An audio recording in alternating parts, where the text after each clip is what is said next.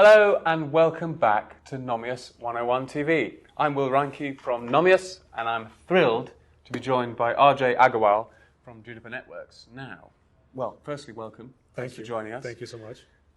It's my understanding that you've been with Juniper for 3 months. Yep. So not very long, and your role is SVP for Worldwide Solution Sales. That's right. Could you tell me your initial observations with your role, what your role entails? That'd be great. So I think I was really brought in to make kind of ensuring that we're positioning the right solutions with our customers. I know that's what's in my title, but ultimately, customers are trying to solve problems, and we want to make sure that we're not just trying to push, whatever is our agenda on them. We want to really partner with our customers to, deliver the right solutions. My observations, I think, our opportunity here at Juniper is tremendous. We've obviously been a very traditional company that was focused on service provider and hyperscalers, and we were able to operate at tremendous scale with those type of customers. But over the last 3-4 years, we've gotten much better at working with the enterprise, especially after our Mist acquisition and how we're doing everything. We're a leader in campus and branch, and so the future is limitless for us. Excellent. And I've touched on it slightly, but touch on the Juniper strategy moving forward. What should we get excited about? Yeah, I think for us, we kind of have 3 tenets to our strategy. The first is it starts with customer experience. Everything from how you interface with the solutions, how you interface with our support team, our field teams. We're really working through making sure that we have a top in class customer experience. Mm-hmm. The second thing is we're really focused on AI, and again, that's the buzzword out there. Yeah. Luckily for us, we've been doing AI for 7+ years actually. We've learned a lot, from the Mist team and some other initiatives that we have. But ultimately, we will use models to drive intelligence in all the things that we do with our customers and via our solutions. And then the third thing is having automation as a key tenet in what we do. Our strategy is based on what type of environment or solution you're trying to deliver. If it's for campus and branch, run with Mist. Mm-hmm. If you're looking at a data center, what we call cloud-ready data center with Apstra, and if you're looking at WAN or routing with Paragon being our 3 main control points. Excellent. So you mentioned those 3 controls. Now, some of our viewers will remember a few months ago we spoke to Tom Wilburn about the Mist solution and lots of things like that. You mentioned Apstra. That's a nice little segue, or automation, because I'm also thrilled to be joined by, via satellite link, Adam Kirchberger, our automation specialist. Adam, are you there? Can you hear us? I am here. Excellent. So you can keep us honest here, because I'd like to have a quick chat with Ajay about Apstra, or Cloud Ready Data Center. We have a few questions that I will put to you, if that's okay. And Adam can interject and add his own commentary or comments whilst we discuss. So the first question, Ajay, is nowadays, even though many customer workloads have been migrated to cloud and edge compute providers, there are still certain customer workloads that will remain on-premise. So customers have become used to the ease of use and one-click interfaces provided by public cloud platforms and have been looking at ways to replicate that same experience on their in-house data centers. So it's quite wordy. What makes Apstra a good choice for this? Yeah, I think first we have to start with, again, what are the customers trying to achieve? Almost all of them are trying to transform, their data centers to be more cloud-like in nature, as the question refers to. From my experience, there's many customers along a various journey in that kind of world, right? Just much like you're doing on the cybersecurity front, and you have this, what did you call it? Nomios Cyber Maturity Code. Exactly. So there's a maturity kind of cycle and evolution that happens in data center as well. From folks who are still running physical servers and all those kind of things, all the way to being fully automated, et cetera, et cetera. Mm-hmm. To me, the table stakes in delivering a solution for customers going in that journey are things like performance, port density, low power consumption, et cetera, right? Those are the table stakes. But then from a Juniper perspective and an Apstra perspective, we believe that we can add a certain value to our customers or differentiation in transforming those data centers. And that's being, we believe, more reliable, providing better predictability and better flexibility. And just really quickly on why in all of those, on a reliability front, we do about 7 million performance tests a day, as an example, right? And someone might claim, well, everyone does that. But for us, we do it across multiple vendors, multiple clouds, multiple different integrations, as one example. That leads also into flexibility, right? We're multi-vendor. So again, those are the kind of things that we believe that we have some differentiation when it comes to doing that transformation for our customers. Multi-vendor is almost unheard of in the world of networking manufacturers. Do you see customers still choosing to use other vendors' hardware, or even with Juniper's portfolio on offer? Yeah, I think to me, multi-vendor is here to stay, just like multi-cloud is here to stay. It's very rare I talk to a customer that are completely all in with one cloud. I was just at dinner with a customer last night, and they're 70% Azure and 30% GCP.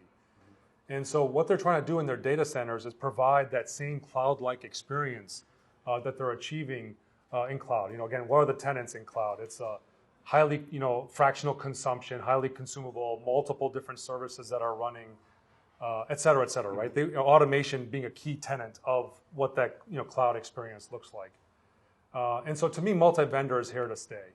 There's some reasons I think, just like the reasons they choose to be multi-cloud, same applies in their data center. For example, they don't want to have vendor lock-in, right? They want to be able to make decisions, especially as you create an automation framework and you're working with APIs, do you really need to be locked into a specific vendor? Choose based on what your situation is at that given time. There's a situation of cost, right? You have an existing type of footprint, and doing a complete replacement of your entire stack on day one is a very big challenge. Yeah. A lot of times people have to evolve, into that change or that transformation. So supporting multiple vendors is critical. There's many other reasons, but I think, again, multi-vendor is definitely here to stay with Juniper. Awesome. I wanted to ask about intent-based networking and whether you could give us some real-world examples and customers benefiting from this. I think intent-based networking is something that, people interpret in many different ways. The way I interpret it is, trying to take as much of the complexity that's involved with, deploying and operating a data center, and taking, that complexity out so that, the folks on your team can go work on more strategic initiatives and not necessarily deploy and operate that are more tactical in daily type of activities, and so how do you do that? Our intent-based networking, kind of the how, what we really do is obfuscate the configuration, from the end user. That's the very first thing that we do. Yeah. The second thing that we're doing is we're making sure that we're translating anything that the customer is inputting and making sure it's getting delivered in real time amongst your network. And then the last thing is making sure that whatever it is that you're expecting to occur in your network, it's actually occurring. So we're constantly monitoring and analyzing the environment to making sure we're delivering on what we said we're going to deliver, via Apstra. For example, I think, there's a kind of a predictable nature that customers want. You are about to make a change in your configuration. Before you make that change, what is the impact of that change going to occur? It's very hard for customers to tell what's going to happen, right? And so with Apstra and our intent-based networking, you can absolutely do that. Before you potentially bring down the entire network, you can kind of test something that's going to occur, via the configuration, and then go ahead and deploy. Awesome. Thanks, RJ. So Apstra aims to bring the cloud experience to on-premise data centers, but automation is more than just data centers, right? There's a whole broader aspect to data centers and to cloud. How do you see Juniper's approach to ensuring an end-to-end experience?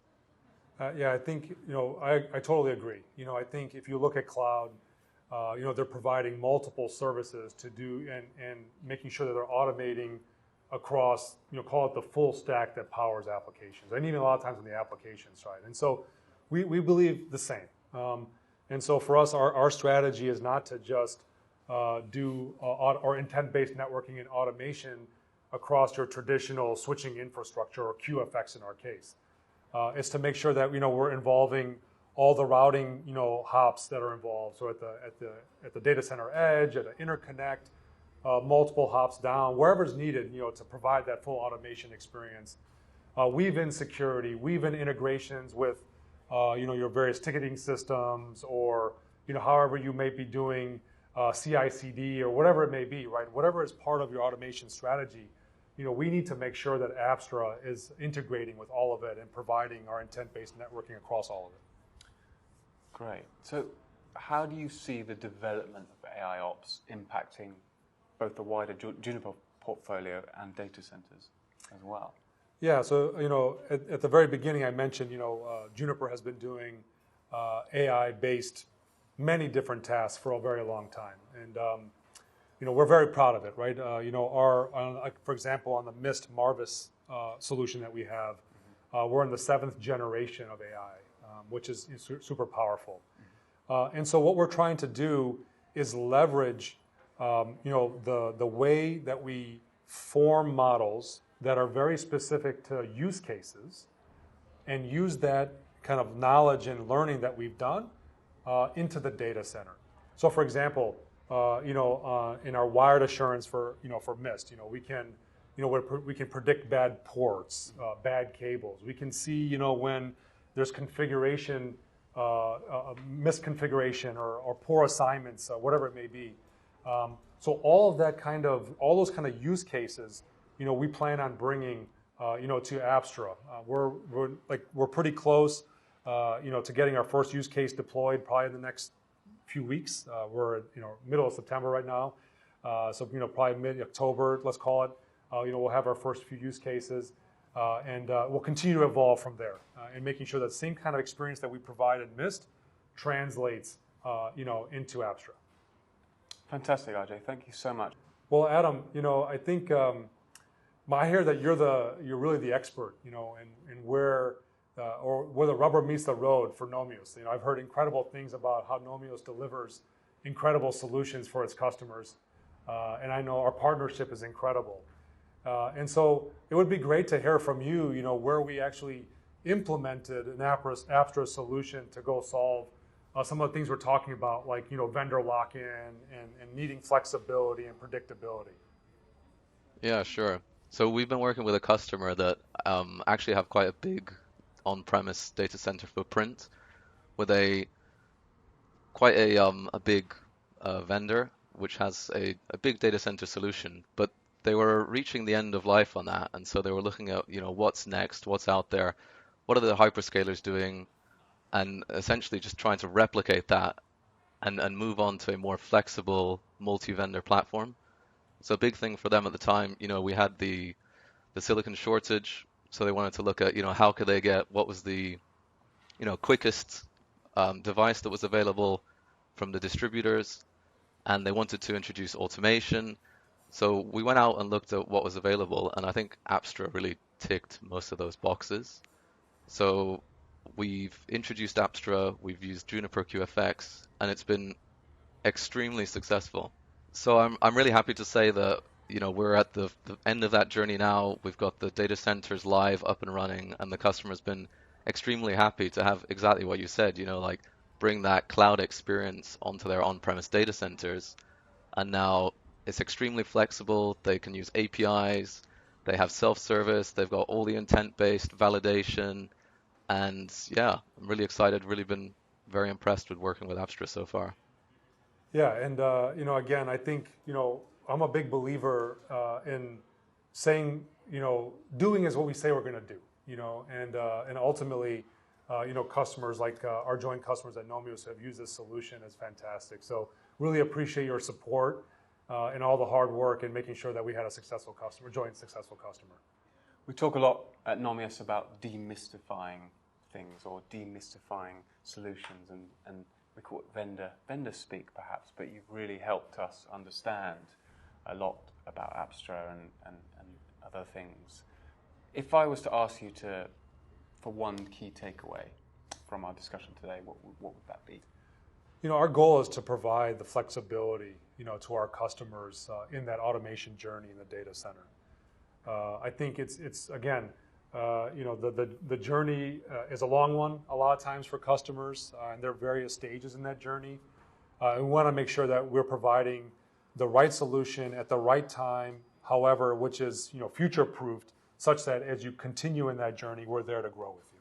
Thank you so much, RJ. Thank you so much for joining us again, and thank you to Adam for joining us via satellite link. It's great to have your insight as well. And thank you so much for watching. You've been watching Nomios101 TV. I'll see you on the next one. Thanks so much. Thanks, Will.